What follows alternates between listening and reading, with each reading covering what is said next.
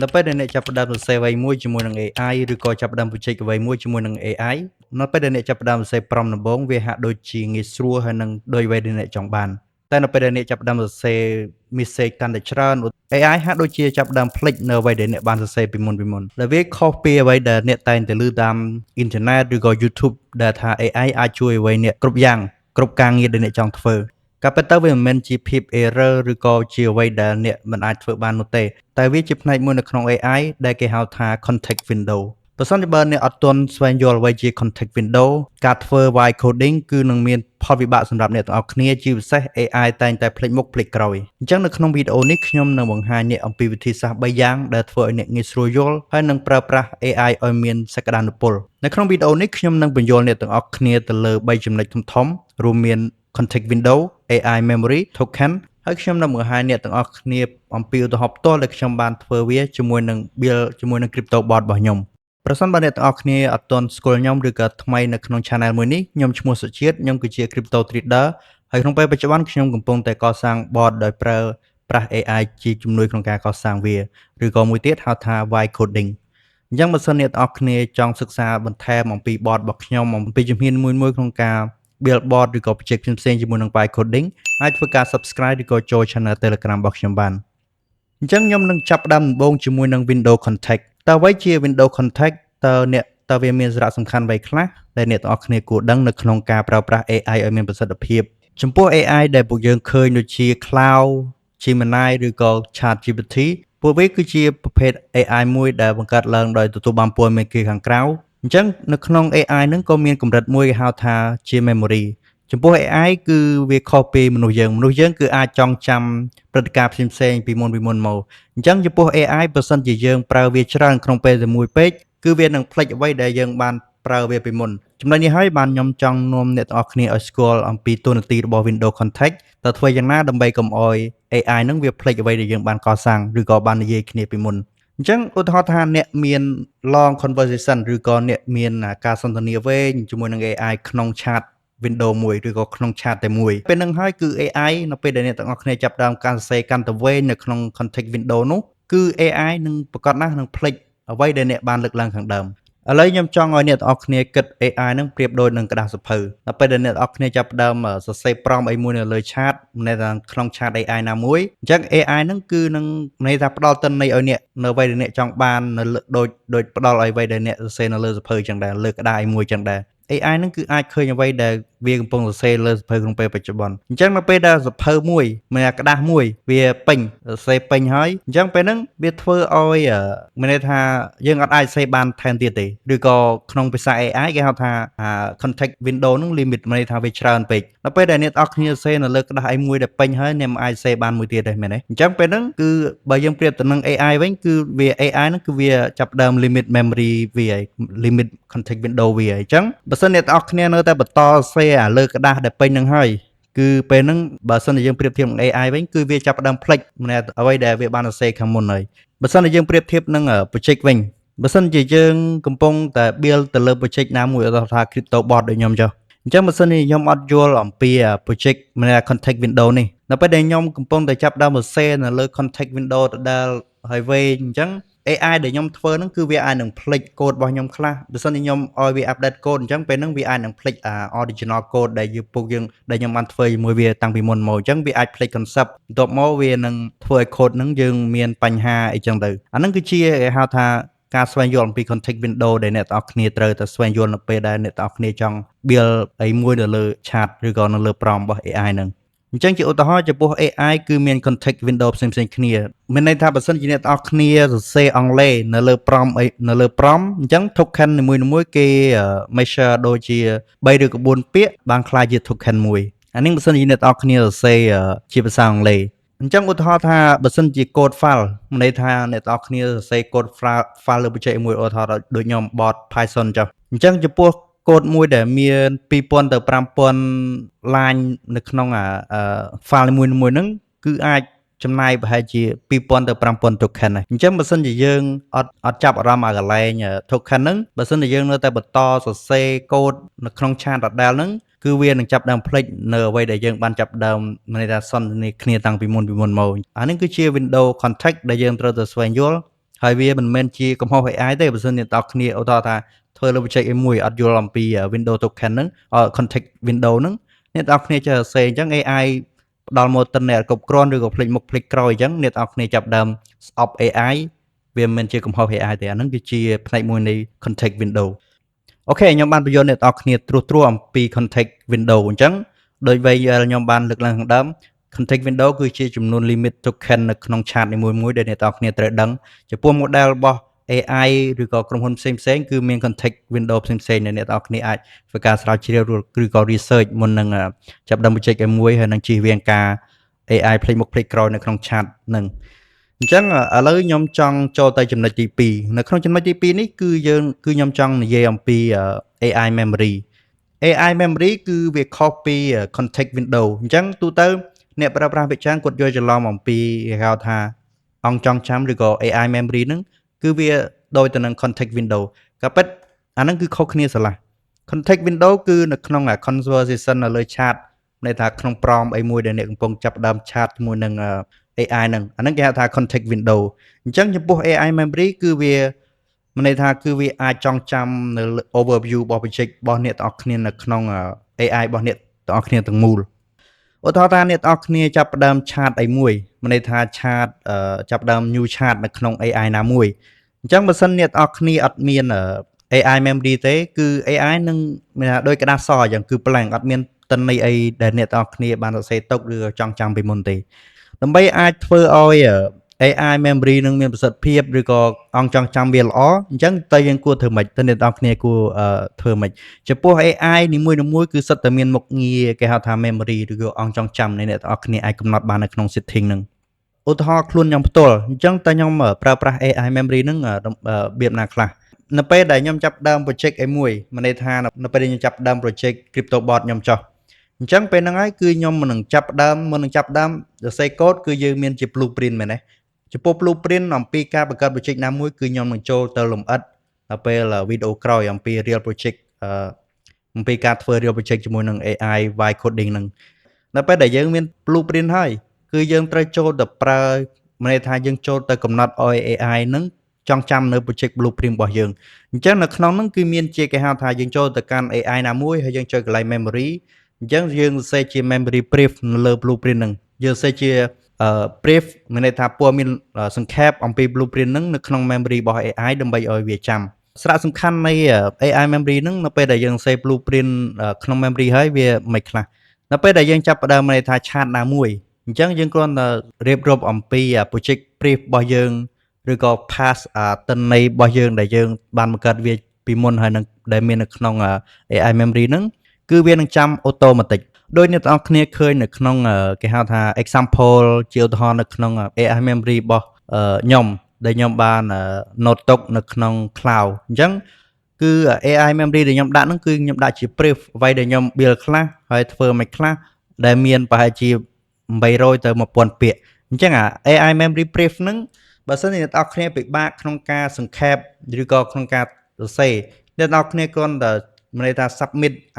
whole blueprint ដែលយើងមានណាឧទាហរណ៍ថាយើងមុននឹងចាប់ដើមសរសេរកូដឬក៏ project អីមួយយើងត្រូវមាន blueprint ច្បាស់លាស់មែនទេអញ្ចឹងយើង upload blueprint នឹងទាំងមូលជាគេហៅថា markdown document ឬក៏ word document ចូលទៅក្នុង AI រួចយើងឲ្យ AI វា summarize ឲ្យអ្នកយើងអាចនិយាយថា AI ត្រូវ summarize project blueprint នេះដើម្បីខ្ញុំយកទៅប្រើ save នៅក្នុង memory អញ្ចឹងទៅអញ្ចឹងពេលហ្នឹងហើយគឺវានឹង summarize ជា list សំខាន់ៗឲ្យយើងអញ្ចឹងយើងអាច copy អានឹងទៅឲ្យទៅចូលទៅក្នុង memory របស់ AI ក៏បានឬក៏យើងឲ្យ AI វា save auto ទៅក្នុង memory ខ្លួនវាក៏បានដែរអានឹងគឺជា memory ដែលយើងត្រូវដឹងនៅក្នុង AI ហ្នឹងជាឧទាហរណ៍ដូចអ្នកនរគ្នាឃើញ memory ខ្ញុំនៅក្នុង screenshot ឬក៏វីដេអូហ្នឹងអញ្ចឹងអាហ្នឹងគឺជាអ្វីដែលខ្ញុំបានបង្កើតជាមួយនឹង bot របស់ខ្ញុំដើម្បីឲ្យ AI វាចាំហើយនៅពេលខ្ញុំចាប់ដើម chat ណាមួយគឺវានឹងមិនភ្លេចតែបើសិនជាយើងអត់មាន memory ក្នុង AI នឹងសោះក៏វាបានដែរតែសំខាន់នៅពេលដែលយើងនិយាយអីមួយគឺទាមទារព័ត៌មានទាំងមូលទាំងស្រុងអញ្ចឹងបើសិនជាយើងមាន memory នៅពេលដែលយើងចាប់ដើមនិយាយថា work ឬក៏ tweak ឬក៏កែតិចតួចនៅលើ project យើងកំពុងតែជួបប្រទះហ្នឹងគឺវានឹងចងចាំគឺវានឹងផ្ដល់ទិន្នន័យនឹងឲ្យយើងងាយស្រួលយល់ហើយវាងាយស្រួលធ្វើដែរដូចគ្នាដែរអញ្ចឹងនេះគឺជាប្រភេទនៃ AI memory ដែលអ្នកនរគ្នាគួរដឹងអូខេចូលទៅដល់ចំណុចចុងក្រោយ នៅក្នុងចំណុចចុងក្រោយនេះខ្ញុំចង់បញ្យល់អ្នកទាំងអស់គ្នាអំពីគេហៅថា AI token តើអ្វីជា AI token ហើយតើវាប៉ះពាល់ដល់ការងាររបស់អ្នកដែលអ្នកសេប្រមមួយ AI មិនខ្លះគ្រប់ AI ទាំងអស់មិនថា ChatGPT ឬក៏ Gemini ឬក៏ Cloud នៅក្នុងហ្នឹងវាមានគេហៅថា AI នីមួយៗវាមាន model ផ្សេងគ្នាឧទាហរណ៍ថា Cloud Opus ឬក៏ Sonnet ឬក៏ ChatGPT 4 5ឬក៏ Gemini 3.1 អីចឹងទៅអាហ្នឹងគឺជាប្រភេទ model AI ដែលមាននៅក្នុងក្រុមហ៊ុនផ្សេងៗអញ្ចឹងចំពោះ AI model ដែលមានក្រុមហ៊ុនផ្សេងៗហ្នឹងគឺវាគិតន័យថាគិត token ហ្នឹងក៏ផ្សេងគ្នាដែរ token គឺជាអ្វី token គឺជាពាក្យដែលអ្នកទាំងអស់គ្នាសរសេរទៅ AI ទៅមក AI ផ្ញើមកវិញអាហ្នឹងក៏វាគិតបញ្ចូលជា token ដែរអញ្ចឹងចំពោះ token នីមួយៗគឺសិតតែគិតជាលុយដូចខ្ញុំបានសង្ខេបខាងដើមអញ្ចឹងចំពោះពាក្យអង់គ្លេសពី3ទៅ4ពាក្យគេគិតមក token ហើយអាហ្នឹងគឺជាពាក្យអង់គ្លេសដែល AI គេជា estimate ក្នុង model មួយៗអញ្ចឹងធ្វើយ៉ាងណាដើម្បីឲ្យយើងប្រើប្រាស់ AI ឲ្យមានប្រសិទ្ធភាពកុំឲ្យខាត token របស់យើងជាទូទៅអ្នកប្រើប្រាស់គាត់អត់យល់ត្រង់ចំណុចនេះនៅក្នុងការប្រើប្រាស់ AI ឲ្យចំណេញ token គឺយើងត្រូវធ្វើយ៉ាងណាសេប្រមឲ្យមានគេហៅថាភាពច្បាស់លាស់ហើយនឹងត្រូវចំណុចអញ្ចឹងខ្ញុំឧទាហរណ៍ឲ្យអ្នកទាំងអស់គ្នាយល់បើសិនអ្នកទាំងអស់គ្នាថាខ្ញុំស្រឡាញ់មនុស្សម្នាក់ហើយខ្ញុំអត់ដឹងថាទិញផ្កាអីឲ្យនាងអញ្ចឹងពេលហ្នឹងវាបង្កើតជាគេហៅថា long conversation មួយដែលបង្កើតជាពាក្យ token ច្រើនធ្វើឲ្យយើងខាត token មិនន័យថាយើងអស់លុយច្រើនអញ្ចឹងទៅតែបើសិនជាយើងចង់ប្រើឲ្យត្រូវគោលដៅឧទាហរណ៍ថាខ្ញុំស្រឡាញ់នាងអញ្ចឹងខ្ញុំចង់ទិញផ្កាកុលាបឲ្យនាងអញ្ចឹងពេលហ្នឹង AI វានឹងចាប់ផ្ដើមផ្ដល់ចម្លើយត្រង់ឲ្យអ្នកទាំងគ្នាថាកុលាបនេះគឺល្អសម្រាប់នាងមនុស្សស្រីអញ្ចឹងទៅតែបើសិនជាយើងអត់ដឹងថាទិញផ្កាឲ្យនាងគឺ AI នឹងចាប់ផ្ដើមសួរអ្នកទាំងគ្នាវិញមកវិញដែលធ្វើអ្នកទាំងគ្នាខាត់ពេលហើយខាត់ទាំង token ទៀតអាហ្នឹងគឺជា technique ដែលអ្នកទាំងគ្នាគួរតែប្រើនៅក្នុងការសំចៃ token ហ្នឹងនៅក្នុងឧទាហរណ៍ខ្ញុំផ្ទាល់ឧទាហរណ៍ថាខ្ញុំសរសេរកូដដល់ពេលដែលខ្ញុំបាន blueprint រួចអស់ហើយខ្ញុំចាប់ផ្ដើមសរសេរកូដមែនទេចាប់ផ្ដើមសរសេរកូដអញ្ចឹងខ្ញុំចង់ឲ្យវាមុនដំបូងខ្ញុំគឺយើងត្រូវស្វែងយល់អំពី architecture របស់ project ហ្នឹងសិនអញ្ចឹងខ្ញុំឲ្យវាចាប់ផ្ដើម build architecture ដែលស័ក្តិសមជាមួយនឹង trading board វានឹងប្រាប់ថាអូខេ trading board ត្រូវប្រើ architecture លើ server ណាខ្លះ PM2 ឬក៏ Python ឬក៏ដូចអ្នកនរគ្នាឃើញ screen អញ្ចឹងហើយនឹងត្រូវមាន code file ណាខ្លះដើម្បីស័ក្តិសមជាមួយនឹង professional ជាមួយនឹង blueprint របស់យើងនឹងអញ្ចឹងពេលហ្នឹងគឺវាត្រូវមិនថា hit on the point អញ្ចឹងវាអត់ឲ្យយើងខាត token ទេតែបីវាយើងសន្ទនាមែនតែយើងក៏អាចសំចៃ token បានច្រើនដែរអានេះហើយគឺជាអ្វីដែលខ្ញុំចង់បង្ហាញអ្នកទាំងអស់គ្នាឲ្យស្វែងយល់អំពី token ដែលវាមានសារៈសំខាន់នៅក្នុង token នេះខ្ញុំសង្ខេបមកវិញគឺអ្នកទាំងអស់គ្នាគួរតែប្រើពាក្យណាដែលវាមិនន័យថាវាមុតស្រួច sharp ដើម្បីឲ្យ AI ងាយស្រួលយល់ហើយ AI នឹងផ្ដល់មកអ្នកវិញដោយខ្លីហើយងាយស្រួលយល់ដូចគ្នាបើមិនអ្នកនរគ្នាសរសេរកាន់តែវែងវាឥតន័យទេហើយឥតន័យហើយវាអាចធ្វើឲ្យ token របស់យើងកាន់តែ waste មិនន័យថាខ្ជិះឥតប្រយោជន៍ដែរហ្នឹងហើយយើងបាននិយាយអំពីចំណុចធំៗ3ដែលអ្នកនរគ្នាគួរដឹងនៅក្នុង AI ក្នុងការប្រើប្រាស់ AI មានប្រសិទ្ធភាពមានដូចជា context window memory ហើយនិង token ជាដើមអញ្ចឹងខ្លួនខ្ញុំផ្ទាល់ខ្ញុំនឹងចង់ចែករំលែកអ្នកនរគ្នាអំពី technique សំខាន់មិនន័យថា advanced technique ដែលខ្ញុំបានប្រើប្រាស់ក្នុងការ build board របស់ខ្ញុំតើធ្វើយ៉ាងណាដើម្បីឲ្យមានប្រសិទ្ធភាពហើយអ្នកនរគ្នាបែរជាអាចយកទៅ apply នៅក្នុង project ណាមួយដែលអ្នកនរគ្នាចង់ធ្វើជាមួយនឹង vibe coding ហ្នឹងខ្ញុំនឹងបង្ហាញអំពី tip នីមួយៗទាក់ទងនឹង3ហ្នឹងអញ្ចឹង tip របស់ខ្ញុំដែលខ្ញុំប្រើផ្ទាល់ខ្លួនទាក់ទងនឹង context window ដល់ពេលដែលអ្នកនរគ្នាចាប់ផ្ដើម conversation នៅលើ chat ជាមួយ AI ណាមួយឧទាហរណ៍ Gemini ឬក៏ Cloud អញ្ចឹងទៅអ្នកទាំងអស់គ្នាត្រូវសម្គាល់ថាតើ AI ហ្នឹងវាមានការផ្ដល់ឲ្យអ្នកទាំងអស់គ្នាវិញយឺតហើយចាប់ផ្ដើមធ្វើការភ្លេចភ្លាំងអីដែលយើងបានសរសេរអត់ឬក៏ចាប់ផ្ដើមឲ្យយើងផ្ដល់ព័ត៌មានបន្ថែមដែលឲ្យដើម្បីវាមើលបន្ថែមអត់អាហ្នឹងគឺជាសញ្ញាចាប់ផ្ដើមបង្ហាញថា AI context window ហ្នឹងគឺវាចាប់ផ្ដើម run out ហើយមិនន័យថាវាចិត្តដល់កម្រិតវាហើយអញ្ចឹងបើសិនជាអ្នកទាំងអស់គ្នាអត់សម្គាល់ត្រង់កន្លែងហ្នឹងទេដល់ពេលដែលយើងចាប់ផ្ដើមចេះតែ drop ចេះតែ conversation មួយវាចេះតែសន្ទនាមួយវាពេលហ្នឹងខ្ញុំជឿថាវានឹងភ្លេចមុខភ្លេចក្រោយជាលទ្ធផលយើងអត់ទទួលបាន complete professional work របស់យើងអីដែលយើងចង់បានទេអញ្ចឹងចំពោះ context window នេះនៅពេលដែលអ្នកទាំងអស់គ្នាចាប់ផ្ដើមឃើញវា slow ចាប់ផ្ដើមឃើញវាផ្ដល់ទិន្នន័យអីមួយដែលអត់សូវច្បាស់ឬក៏វាភ្លេចមុខភ្លេចក្រោយនៅអ្វីដែលយើងបានសន្ទនាមួយវាអញ្ចឹងជាជាងដែលយើងបន្ត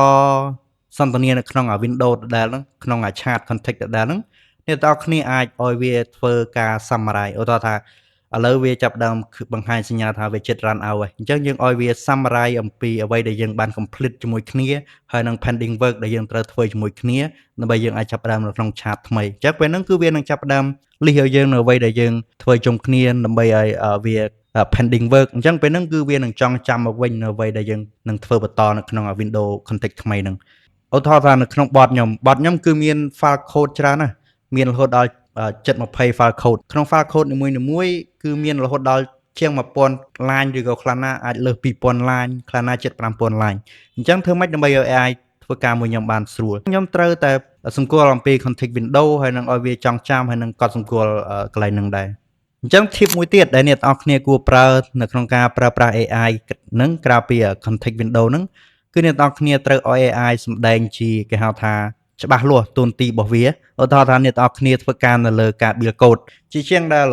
យើងឲ្យ AI can you explain me ឬក៏អ្នកអាចបញ្យល់ខ្ញុំអញ្ចឹងចេះបានទេជាជាងអញ្ចឹងយើងឲ្យ AI វាជា advisor វិញឧទាហរណ៍ថាខ្ញុំឲ្យទូនទីនេះជា senior Python developer អញ្ចឹងទៅអញ្ចឹងទូនទីរបស់អ្នកធ្វើយ៉ាងណាឲ្យ system របស់ខ្ញុំ run ស្រួលហើយអត់មាន bug ហើយអត់មាន security branch មានបញ្ហាសុវត្ថិភាពហើយនឹង code របស់ខ្ញុំត្រូវធ្វើយ៉ាងណាឲ្យវា symmetry នឹងគ្នា systematic ដើម្បីកុំឲ្យវាមាន bug ឬក៏អត់ដំណើរការតែបើសិនជាអត់ធ្វើការល្អទេខ្ញុំតែខ្ញុំនឹងធ្វើការ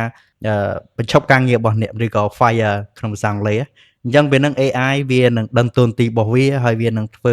ការដូចអ្វីដែលយើងចង់បាននៅក្នុងនោះដែរយើងត្រូវ verify ជាមួយវាបន្ថែមទៀតបន្ទាប់ពីវា say អីដែលយើងចង់បានហើយបើអី AI វាមិនអាចល្អឥតខ្ចោះទាំងអស់ទេដូចក្នុង podcast ខ្ញុំនិយាយជាមួយ The Web3 Perspective អញ្ចឹង AI វាតែងតែបង្កកំហុសឬក៏អាចថា AI ដូចជា junior coder អញ្ចឹងយើងត្រូវ verify វាម្ដងហើយម្ដងទៀតឲ្យវាឲ្យ match ជាមួយនឹង blueprint ឬក៏ឲ្យ match ដោយអ្វីយើងចង់បានហ្នឹង tip មួយទៀតដែលខ្ញុំប្រើខ្លួនខ្ញុំផ្ទាល់សម្រាប់ work ជាមួយ AI គឺមុននឹងយើងធ្វើអីមួយជាមួយនឹង AI យើងត្រូវផ្ដល់ជាគេហៅថា full picture ឲ្យវាយល់សិនឧទាហរណ៍ថាយើង code យើង error ជាជាងដែលយើងឲ្យវាកែកន្លែងណាដែល error អញ្ចឹងយើង upload full code file អញ្ចឹងដើម្បីវា check ថាតើវា error កន្លែងណាខ្លះតើវាមិនដែរអញ្ចឹងបន្ទាប់មកយើងត្រូវឲ្យវា verify ថាតើវាមាន cross file dependency ណាផ្សេងទៀតអត់cross file dependency នឹងជាពិសេសសម្រាប់ code គឺយើងត្រូវ check ថាតើវា code នេះត្រូវ match ជាមួយនឹង code ណាដើម្បីឲ្យវាដំណើរការឧទាហរណ៍ថា market pressure តើ order flow តើវាត្រូវគ្នាអត់អានឹងសម្រាប់ bot របស់ខ្ញុំអញ្ចឹងធ្វើយ៉ាងណាឲ្យវា symmetry នឹងគ្នាឲ្យវាអាច work together អញ្ចឹងយើងត្រូវ verify កន្លែងនឹងជាមួយវា tip មួយទៀតខ្ញុំចង់ណែនាំអ្នកទាំងអស់គ្នាអាកន្លែងនេះសំខាន់អាចថាជា last tip ក៏ថាបានអាចមាន tip ផ្សេងៗជាច្រើនតែនេះគឺជា tip ដែលខ្ញុំប្រើខ្លួនឯងអញ្ចឹងបើសិនជាអ្នកទាំងអស់គ្នាធ្វើការអីមួយជាមួយនឹង AI អ្នកទាំងអស់គ្នាត្រូវធ្វើការគេហៅថា cross check ជាមួយនឹង AI ផ្សេងទៀតដើម្បីឲ្យវាស្វែងយល់គ្នាហើយនឹងឲ្យវាដំណើរការអញ្ចឹងឧទាហរណ៍ថាអ្នកទាំងអស់គ្នាធ្វើការជាមួយ AI ក្នុងការ say blueprint អញ្ចឹងយើងអាច cross check ជាមួយនឹង Gemini ទៅថា blueprint ហ្នឹងវា make sense អត់សិនជា Gemini កែនេះកែនោះយើងចូលមកកែបន្ថែមមួយ AI ដូចជា cloud អញ្ចឹងទៅអ្នកទាំងអស់គ្នាក៏អាចធ្វើការ cross check ជាមួយនឹង AI ផ្សេងៗដូច ChatGPT អញ្ចឹងទៅតែសម្រាប់ខ្លួនខ្ញុំផ្ទាល់ខ្ញុំចូលចិត្តប្រើ technique ដូចជា cloud ហើយនិង Gemini អញ្ចឹងបើសិនអ្នកទាំងអស់គ្នាបានមើល podcast នៅក្នុង The Web3 Perspective នេះ technique របស់ខ្ញុំដែលខ្ញុំប្រើគឺខ្ញុំបាននិយាយហើយគឺខ្ញុំពេលខ្ញុំធ្វើ project អីមួយគឺខ្ញុំសិក្សា blueprint ជាមួយនឹង cloud ហ្នឹងវាមាន model ផ្សេងៗសិនអ្នកទាំងអស់គ្នាចាប់ដើមអីដែលថ្មីហើយ project មុនដំបូងខ្ញុំ suggest ឲ្យអ្នកទាំងអស់គ្នាប្រើទៅលើ cloud Opus 4.5 4.6 អានឹងគឺជា cloud model មួយដែលវាមានទិន្នន័យច្បាស់លាស់ហើយវាឲ្យ more detail មែនទែនសម្រាប់ blueprint តែបើសិនអ្នកទាំងអស់គ្នា cross check ហើយមកនេះថាយើង cross check ជាមួយនឹង Gemini ដើម្បី verify ឲ្យហើយចំពោះការ say code ខ្ញុំ suggest ឲ្យប្រើទៅលើ cloud Sonnet 4.6 អានឹងគឺល្អសម្រាប់ការ say code អូខេអានេះគឺជា tip ហើយនឹង technique ដែលខ្ញុំបានប្រើប្រាស់ខ្លួនឯងហើយខ្ញុំចង់បញ្យល់អ្នកទាំងអស់គ្នាអំពីការប្រើប្រាស់ AI ឲ្យមានប្រសិទ្ធភាពហើយនឹងការស្វែងយល់អំពីផ្នែកនីមួយៗនៅក្នុង AI ដែលអ្នកទាំងអស់គ្នាគួរដឹងអញ្ចឹងត្រឡប់មកវិញចំពោះអ្វីដែលខ្ញុំបានចែកម្លេចនេះគឺគ្រាន់តែជាគេហៅថា overlay tip នីមួយៗ អញ្ចឹងចំពោះវីដេអូទៅខាងមុខខ្ញុំនឹងបង្ហាញអ្នកនរគ្នាអំពីការ build project real life ឧទាហរណ៍ថាការបង្កើត bot Telegram ដើម្បីគិតគូរទៅលើចំណូលចំណាយឬក៏ការបង្កើត website អញ្ចឹងខ្ញុំអត់ទាន់គិតចេញទេបើសិនអ្នកនរគ្នាមានគំនិតណាដែលចង់ឲ្យខ្ញុំបង្កើតអាចធ្វើការ comment បាននឹងខ្ញុំនឹង record full អំពីគេហៅថាការ say prompt មួយ AI និងការ say code ជាមួយ AI នឹងដើម្បី project ណាមួយដែលអ្នកនរគ្នាចង់បានបើសិនអ្នកនរគ្នាចាប់អារម្មណ៍លើការសិក្សាអំពី vibe coding ឬក៏សិក្សាអំពី AI ឬក៏ blockchain ឬក៏ digital asset អ្នកនរគ្នាអាចចូលទៅ channel Telegram របស់ខ្ញុំបានឬក៏ subscribe ក្នុង YouTube channel មួយនេះហើយបើសិនអ្នកនរគ្នាចង់ដឹងអំពីវិធីសាស្ត្រ trade ឬក៏មានន័យថា trade tool ផ្សេងៗអ្នកនរគ្នាគួរតែអាចចូលទៅក្នុង website របស់ខ្ញុំបានអរគុណហើយសង្ឃឹមថានឹងជួបអ្នកនរគ្នានៅក្នុងវីដេអូក្រោយៗទៀត